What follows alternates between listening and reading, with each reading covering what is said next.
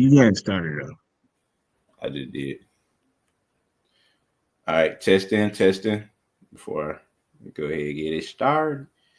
Get started. Testing. Shit. Hold on, man. Hold on now. Let me know if it's good on your end because I can't really see it right now. It's tripping.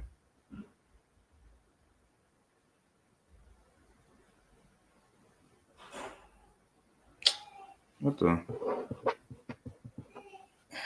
fuck, man? Hey, work, is it It good over sounds there? good. All right, because I can't even see it on my shit stuff for whatever reason at all. But it is what it is. Um, all right, Shalom. First and foremost, I want to start by giving all praise, honors, and glories to Yahweh, Bahashem, Yahweh Shai, Bahashem, Rechakwadash. Double honors to the apostles and elders of Great Millstone for teaching 100% truth. Wa Barakatham to the 144,000, as well as the rest of the elect. May peace and blessings be unto your households. It's your brother Gadal alongside with the Warga. And, we got another Sunday sit down, going into continuing on to Joshua chapter 9, right? And in this chapter, this is the chapter that goes into the pretty much the Gibeonites, right? How pretty much they deceived Joshua into making, pretty much a covenant with him to where that they won't get destroyed. But in the midst of that, Joshua, he kept that oath and he ends up, but he does turns them into their slaves pretty much, right? But that's pretty much what the whole chapter's going to go into, and we're gonna get straight into it, right? So, Wagi, you can read it, bro. Unless you busy or something.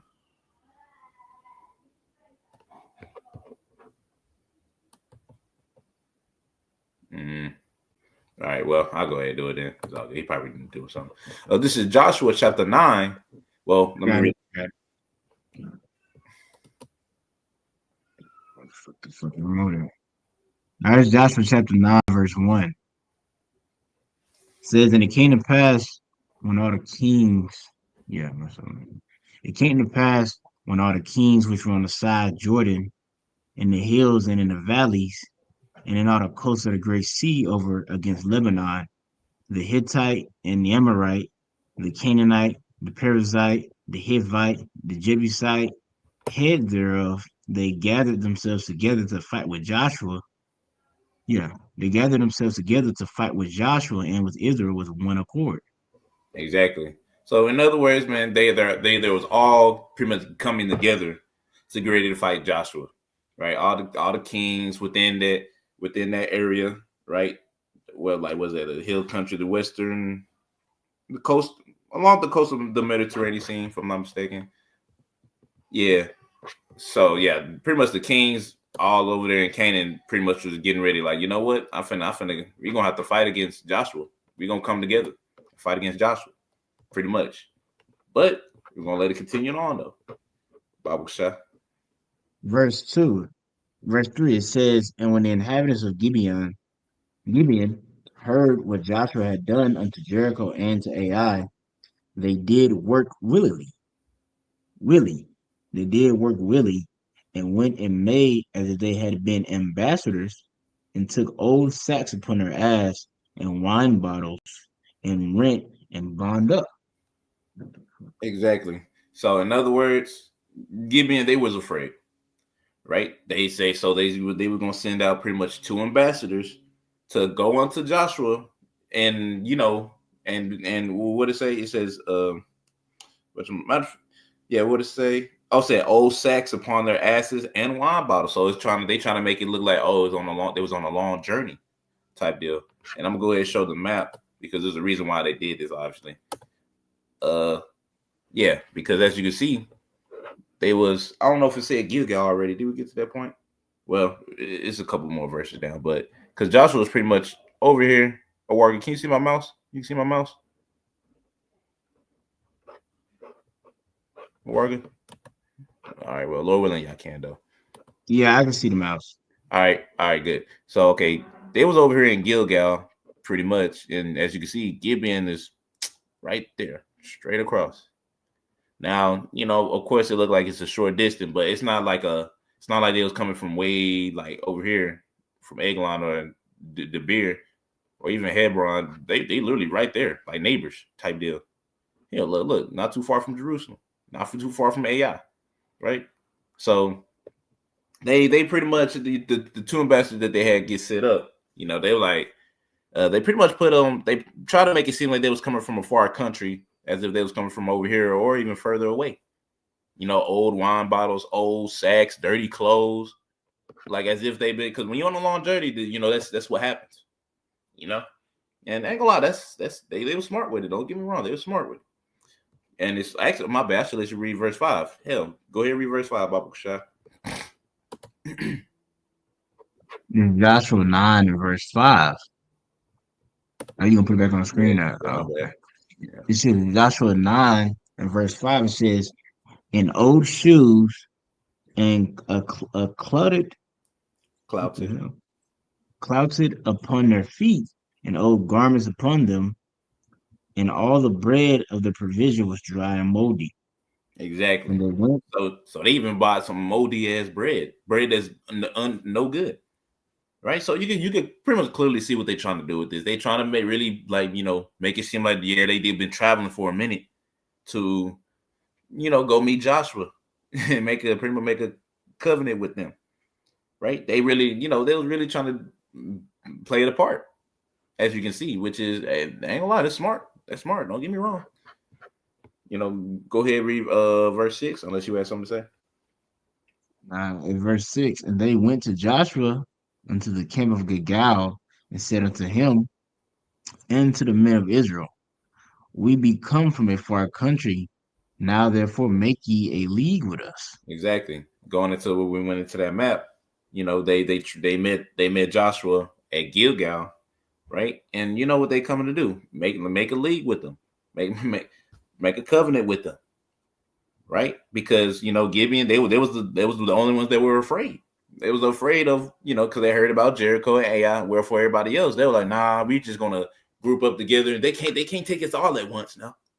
All the kings around in that region in Canaan. But Gibeon, nah, they're like, hell no, you crazy, boy. Lord with them. In other words, man, they was really wise with what they did. And just saying, speaking as a man, that's pretty wise. Because when you go more into this, man, everybody got fucked up. Joshua conquered everybody. And he didn't even get to finish for real. But you go ahead and go down to verse 7. Under Joshua chapter 9, verse 7. And the men of Israel said unto the Hivites, Slacky, hold on. Slacky, my bad. Hold on. I want to get some of this in the NLT. Because I like it makes more like, plain to understand. But, all right, now you can read it. It's an NLT. All right, it's Joshua chapter 9, verse 7. Slacky. In the NLT. So the Israelites replied to the Hivites, how do we know you don't live nearby? For if you do, we cannot make a treaty with you. They replied, we are your servants, but who are you? Joshua demanded, where do you come from? They answered, your servants have come from a very distant country. We have heard of the might of the Lord Yahweh Bashmashai, your power, and all he did in Egypt. We have also heard what he did to the Amorites, did to the two Amorite kings east of the Jordan River, King Sihon of Heshbon and King Og of Bashan, who lived in Ashtaroth. Yeah, so as you can see, I ain't gonna lie, they was really trying to play that part of saying, oh, I was from a far country, because Israel knew, like, Joshua knew, like, man, we can't make a treaty with you. We supposed to really be taking over this whole region. We probably be taking over this shit. So if you close by, no, we can't make a treaty with you. But as you can see, the two ambassadors from Gibeon, hey, they was really trying to play that part. Hey, man, we heard the might of the Lord. We heard what you did to the two kings, right? And we thought we should come and make pretty much make a covenant with you, make a covenant with us, man, agreement to, and it's gonna go more into it. You go ahead, Bible Shah. God, verse 10. We have also heard, you want this still in NLT, right? Yeah. God, verse 10. We have also heard what he did to the I'll read it again. We have also heard what he did to the two Amorite kings east of the Jordan River, King Sihon of Heshbon and King Og of Bashan, who live in Ashtaroth. So our elders and all our people instructed us, take supplies for a long journey. Go meet with the people of Israel and tell them, we're your servants. Please make a treaty with us. Exactly. So, you know, this is pretty much the story that they came up with, that the Gibeonites came up with to pretty much try to deceive the nation of Israel into making a treaty with them. You know, you got it. On verse 12, it says, the bread was hot from the ovens when we left our homes, but now, as you can see, it is dry and moldy. Keep going. God, it says, these wineskins were new when we filled them, but now they are old and spilt up and spilt upon. And our clothing and sandals are worn out from a very long journey. Exactly. So as you can see, that's why they dressed up the way they dressed up. That's why they brought that moldy bread, right? That's why they had the messed up clothes, old clothes, shoes ripped, so many sandals messed up. It's like they were playing a part. So it's like from face value, it looks believable. I'm like, I mean, you do got this moldy bread, right? Your shoes is messed up, and your sacks they look old. They look like they've been through the ringer, right? I think they even mentioned the wine bottles. I don't know if they mentioned that yet. I think they they did. Yeah. Wine bottles. Wineskin. Yeah, how that's old. So from face value, all of this seems believable. But in verse 14, you can kind of see it right here, man. You're gonna see the mistake that they made. But go ahead. It says, so the Israelites examined their food, but they did not consult the Lord Yahweh. Exactly. Then Joshua. So yes, so exactly. That's the problem. They didn't consult Yahweh Bashem Shah. Right? Because I mean, you looked at it, it just looked believable. You're like, you know what? They probably did come from a far country. Now the thing is, they never told you they never said what far country. They just said, oh, far country. Right? That could be anywhere. But in other words, since they didn't consult Yahweh Bashem Shah, therefore that was the mistake that they made. Right? That's why it's important to consult Yahweh Bashem Shah on all the decisions you make. Because you never know. You just never know. And they didn't know. But now they know. Well, not now, but they will know. Let me see. We might jump back into the KJV. Let me see real quick. All right, precept. What's up, bro? You can get Proverbs 3 and 5. Yep. That's a good one. I should have thought of that one. All right. I got you. This is Proverbs chapter 3 and verse 5. It says, trust in Yahweh Yahweh with all thine heart and lean not unto your own understanding. Exactly. Okay. Yeah. Actually, yeah. Read it again, Baba Shah, if you don't mind. Oh, you want me to read 6 too or no? Nah, just read that verse right there. Okay. Verse 5 from the top again.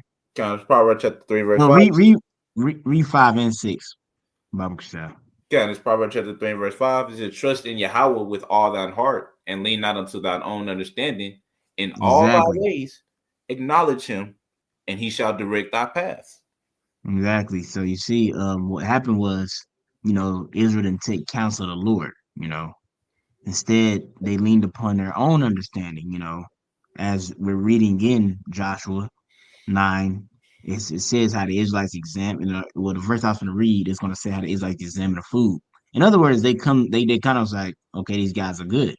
But that's why they fucked up, because they was leaning to their own understanding, leaning to the strength of their flesh, not necessarily seeking the Lord and seeking counsel of Yahweh Bashma Shai. It says in the 6th verse, in all thy ways acknowledge me, should direct thy path. So, they didn't really, it wasn't necessarily like Israel's tripping out, these being demons, they just fucked up being in the flesh. They made a mistake, and they should have pretty much seek the counsel of the Lord with those particular men, because it was already kind of fishy, far land. We ain't supposed to be making treaty with you niggas in these lands. You say you come from a far land, like, it was kind of like a little tricky. It wasn't really no it was look gray. You see, Okay. I think I got another one. I'm trying to see if this is it right here. Okay. Well, I'll just speak in the meantime. You just let me know because as you can Okay. see, this is like I said was saying a second ago, man. This is the mistake that they made, and really how the brother beautifully went into in his proverbs, man. Right? They didn't consult Yahweh Shem Shah. They leaned onto their own understanding because of what it looked like at face value. And it's like, when you be honest, like, I mean, it makes sense. It really makes sense to like, the story sounded very believable. But that's why you have to always, that's why it says in all thy ways, all your ways. I mean, no matter how small, no matter how much it looked like, yes, it plays the part. Exactly. Because you never know, man. And the Lord, He knows, man.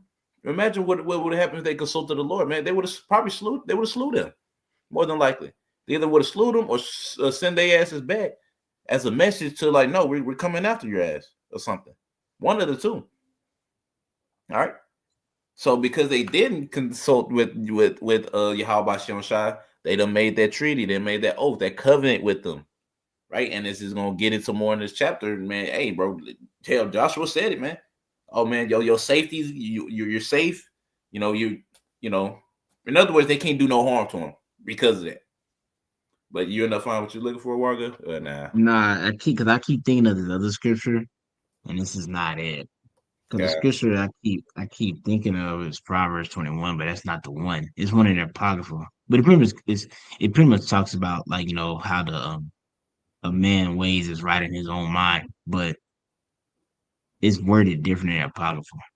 Yeah, I can't think of it though, so yeah, we'll that's we'll go ahead though. God. Because the one I was, yeah, which is when you said that, it made me think of a straight Proverbs. But you said you weren't talking about that one, so I don't know. Yeah, because there's another one in the Apocrypha that talks about how like I can't think of it right now.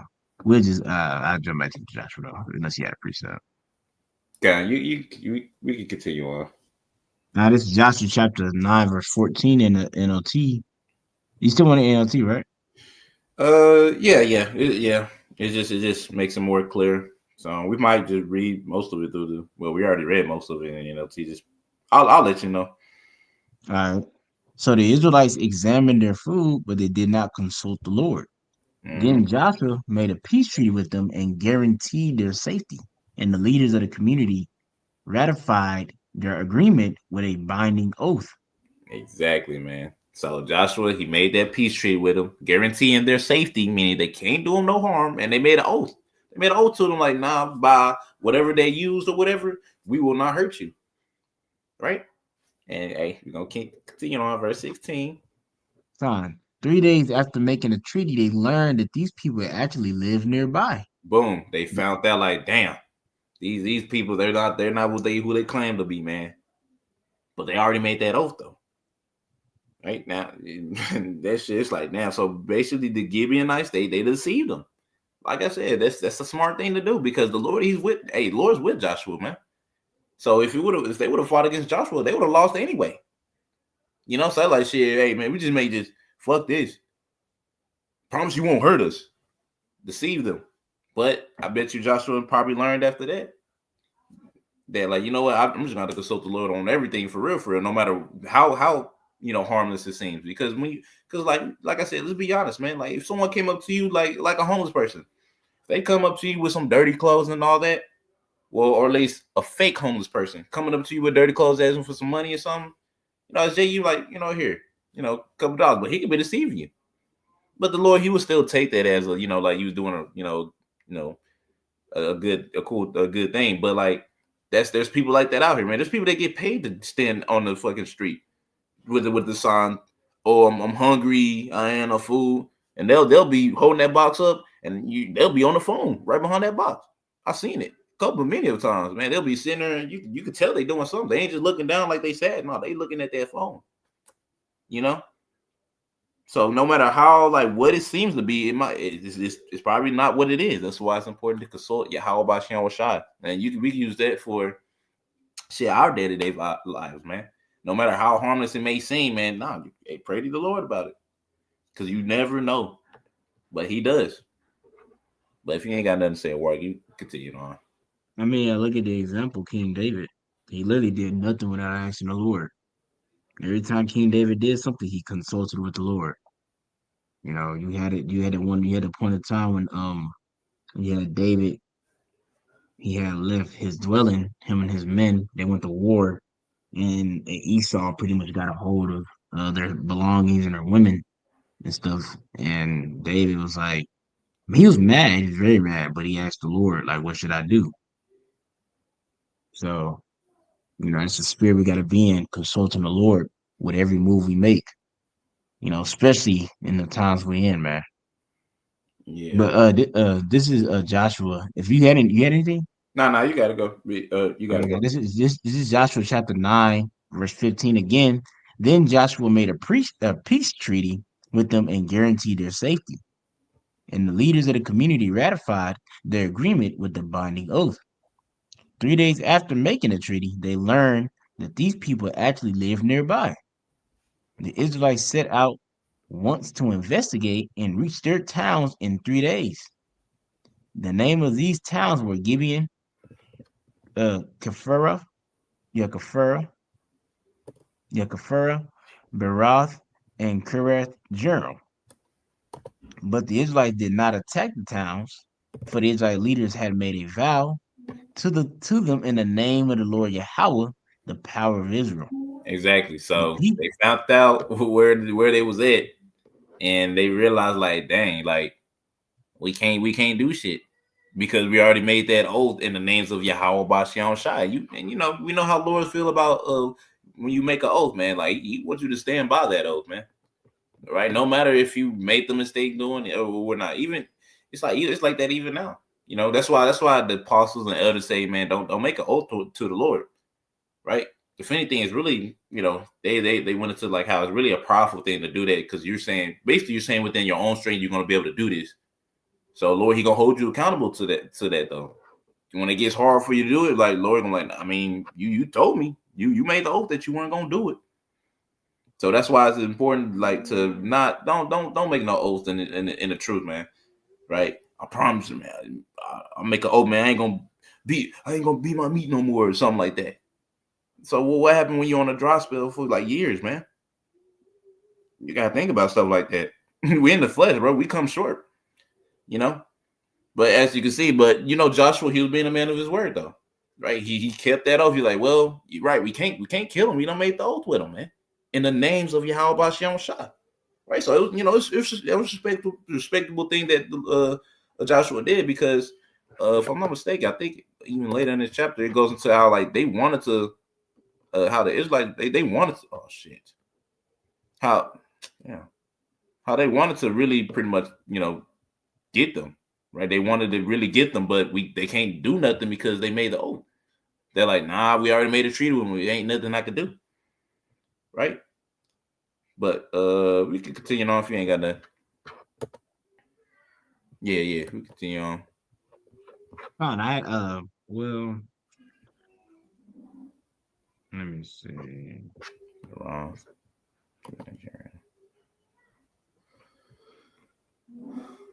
Let me see.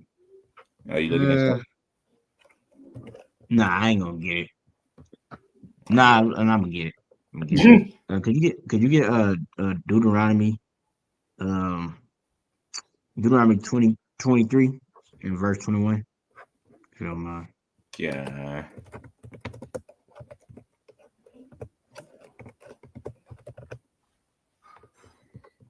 All right.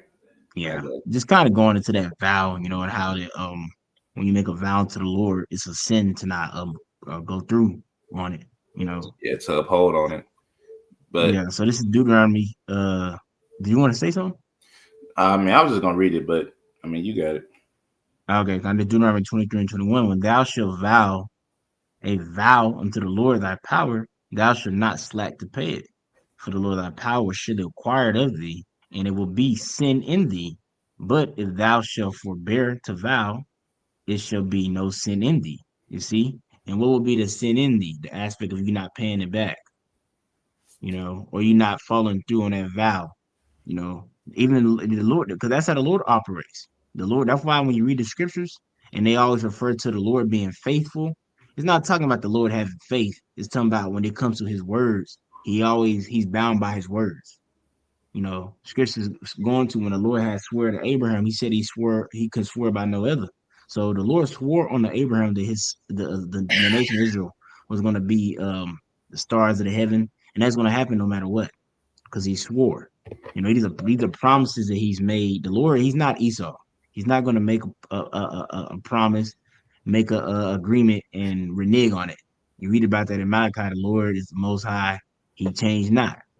You know, so the Lord, so like Joshua, what happened was, Joshua, the nations made a vow on, the name of the Lord. They was like, hey, by our power, we gonna make sure you safe, man. And kind of found out them giving it full of shit. They was like, fuck, them niggas right here. But hey, you know, hey, the Lord had it happen for a reason, man. But it's Yeah, still because when we get more into it, we got them as handmaids and servants, pretty yeah. much. Made them slaves onto us. Yeah. So Yeah, Lord had which it is happen no for a learning thing. So even with this, it's like I didn't mean to cut you off. You done? no, you got it. Okay. So even with this happening, this was a learning thing for Joshua though. Like I said, no matter how innocent it seemed, no matter how much sense it made make, you always consult your how about your own side. That's why I said, man, we can really use that for our everyday walk, man. No matter how good it seems or whatever the situation is, pray to the Lord about it. Make sure it's all cool, it's all good. Make sure you ain't tripping. Because that could be, man, that could be your snare right there, whatever the Lord said. You could think it's from the Lord when it's really from Satan to get you. And you just don't know yet. But we'll go ahead and hop back into Joshua 9 and God, we'll continue on NLT. God, it's Joshua 9 and verse 20 now. It says, "This is what we must do." No, 18. I'm tripping. Verse 18. 19. Oh, 19. It says, "But the Israelites did not attack the towns, for the Israelites had made a vow to them in the name of their power. Yeah, how about the power of Israel? The people of Israel grumbled against their leaders because of the treaty. But the leaders replied, since we have sworn an oath in the presence of the Lord Yahweh Bahashim Yahushai, the God of Israel, we cannot touch them. This is what we must do. We must let them live, for divine anger will come upon us if we broke our oath." Exactly. Going into what you did, what you pretty much brought out in that Deuteronomy 23rd chapter, man. So they understood, man, if they went back on their word after making an oath in the names of Yahweh Bashem Shai, then they're going to be in some deep trouble. Shit, if they would have went back on their oath, trying to, we're going to destroy Gibeon, or try to, hell, Gibeon might mess around, like overcome them. And then they're going to get their head bigged up. Oh, yeah, or whatever. Right, so they understood, like, we can't sin against the Lord, man. We already fucked up and did that. We saw what happened. We couldn't even be AI at first, but once but if you do the things that are pleasing unto you, how about Shem Shai, then you'll be good. He'll be with you. So they understood that, like, man, well, we can't break our covenant that we made with him, man. We can't. If we do that, man, this is gonna piss the Lord off, and then we're gonna be fucked. Simple as that. But you could continue on. I think I got a precept to the right one. Okay. Yeah. But yeah, man. That's yeah, why it's the Lord. You got it. Could you get a Proverbs? Damn, what the fuck? Shit, I'm tripping. Can you get Proverbs 25 and 28? All right. Damn it. Well, I could just run. Oh, no, wrong shit. I'm tripping. I wonder what that word, what's the word they use in there? Grumbled. I want to say in a KJV. That's it right there. All right, I got it. Oh, you want to indicate okay, yeah, KJV Babakshah.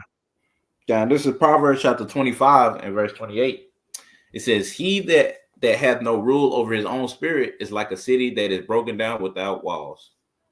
Exactly. So essentially what was displayed right there was the rulership, the leadership, my bad, the leadership, Joshua displayed ruler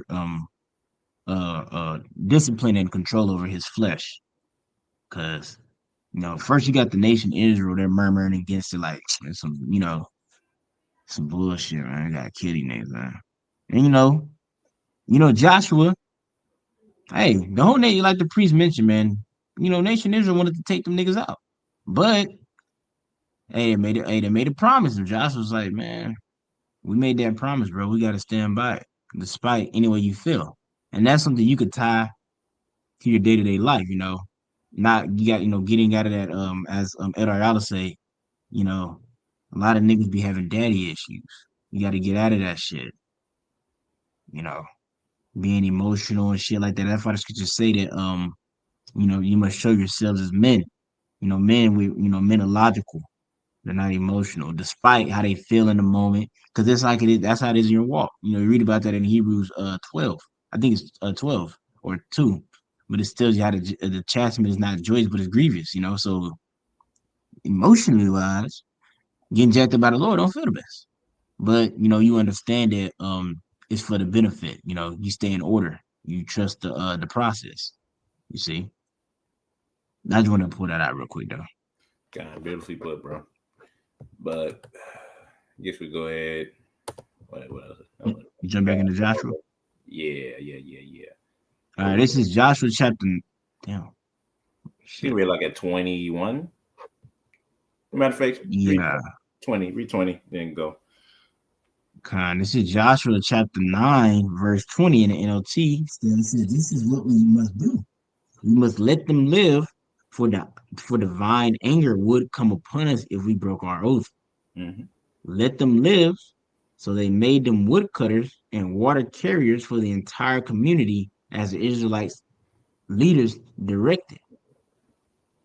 Yeah, so they basically Joshua like said, since we made a treaty with y'all, we're gonna put y'all ass to work, put y'all ass to use then.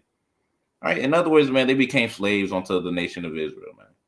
Right. So like since we can't kill you, you can be our slaves though.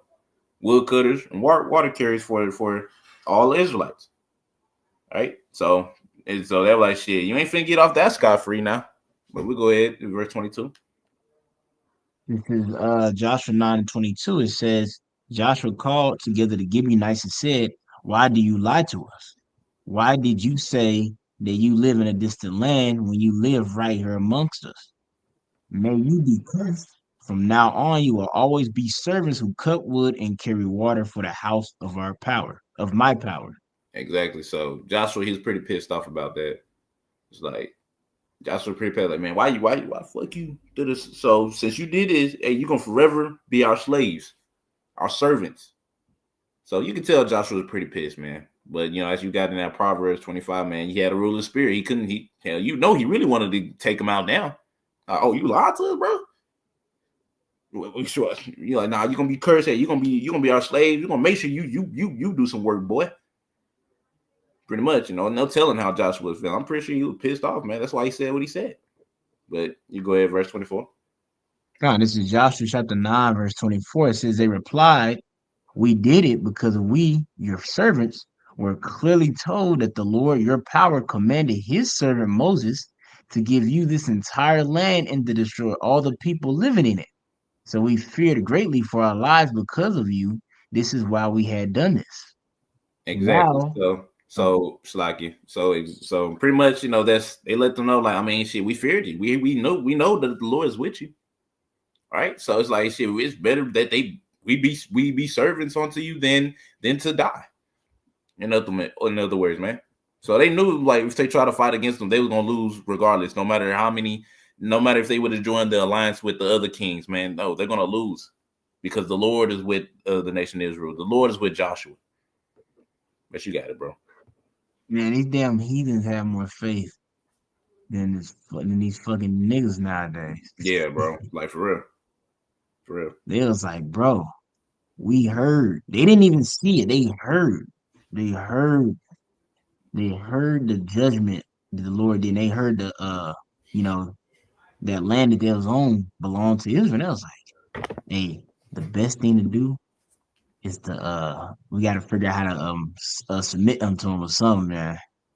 because it's the crazy part is too. Like it sounds like kind of like when you kind of read it, it sounds like they already had it. They already had it set in their mind like we coming to submit, like be like in servitude unto you, not Yeah, necessarily have like a I guess you could say an agreement to where our we're like joint leaderships. You know what I'm saying? Like a co region, if you know yeah, what that is. A yeah, co region is pretty much where you have a king, but then you have another person that's like right under the king. They kind of like has the same power of the king. It's like a king under a king, a co-regent. So they didn't even come in that spirit like we want to be like a co-regent unto you. We want to be like another king, like another person in authority. They was like, we want to serve you. They came in that spirit like we want to serve y'all because we ain't trying to die. exactly. Which is that's why I was saying, man, it was really was a wise thing that they did because if they did try to fight them, they'll be dead. Joshua would have went over there, took over their ass, done. But they said, you know what, for my people, man, yeah, it's just best we just be service unto you. Yeah, it pissed Joshua off, but like, Joshua knew like, I mean, it was smart, but it still pissed him off, you know. But you got it if you ain't got nothing else to say. Time, Joshua 9 and 25. 25 and NLT. Now we're at your mercy. Do to us whatever you think is right. Keep going. So Joshua did not allow the people of Israel to kill them, but that day he made the Gibeonites, the woodcutters, and the water carriers for the community of Israel, and for the altar of the Lord, wherever the Lord will choose to build it. And that is what they do to this day. Exactly. So, in other words, they became servants to Yahweh. My bad. Servants. Gibeonites came servants unto Joshua, man. Right. Ultimately, slaves onto them for however long their campaign could continue when it came to taking over the Canaanite. I mean Canaanite, the land, pretty much the land of Canaan, that region they was in. You know. So throughout this, as we continue on, man, Gibeonites gonna be doing what they're supposed to do, right? Whatever Joshua says, man, they will do, right? And like I said, man, it was what Gibeonites is, man, was a smart thing because if they try to fight against them, they were just gonna lose anyway, and they understood that completely, showing you that man, these motherfuckers, man, they got more faith than like the brother said, man, than these niggas, man. All right, they can see, okay, they can see that, like, bro, we have no chance. It's best that we just serve and preserve our lineage, you know. But that's all I really had to say. If you ain't got nothing, close on. And they in that spirit of dang, Isaiah, I think it's Isaiah 2, when it says, "Come and let us go to the house of the Lord." Oh yeah, they definitely was in that spirit. He was in that spirit, man. Like, hey, let's go to the house of the Lord, bro. Let's submit to them. If they rather, they had the mindset, man. I love carrying that wood or whatever. Like you said, do whatever you please. Just don't kill us. But that was the point of it. They didn't want to be killed. You see? Yeah, that's all I had though. So you got it out. Okay, well, that concludes Joshua chapter 9. As far as the Gibeonites deceiving Joshua, right now they are servants, and Gideon was spared, right, because of the oath that he made unto Yahweh Shem Shai. Right now, Lord willing, we continue on next week into Joshua 10. See how that goes. Continue the story of Joshua conquering that them people in the land of Canaan, right? And yeah, man, Lord willing, y'all zedified. I want to end it off by saying, Kal Halal, Yahweh, Bahashem, Yahweh Shai, Bahashem, Rekakwadash. Double honors to the apostles and elders of Great Millstone. And until next time I say, Shalom. Shalom, Akim.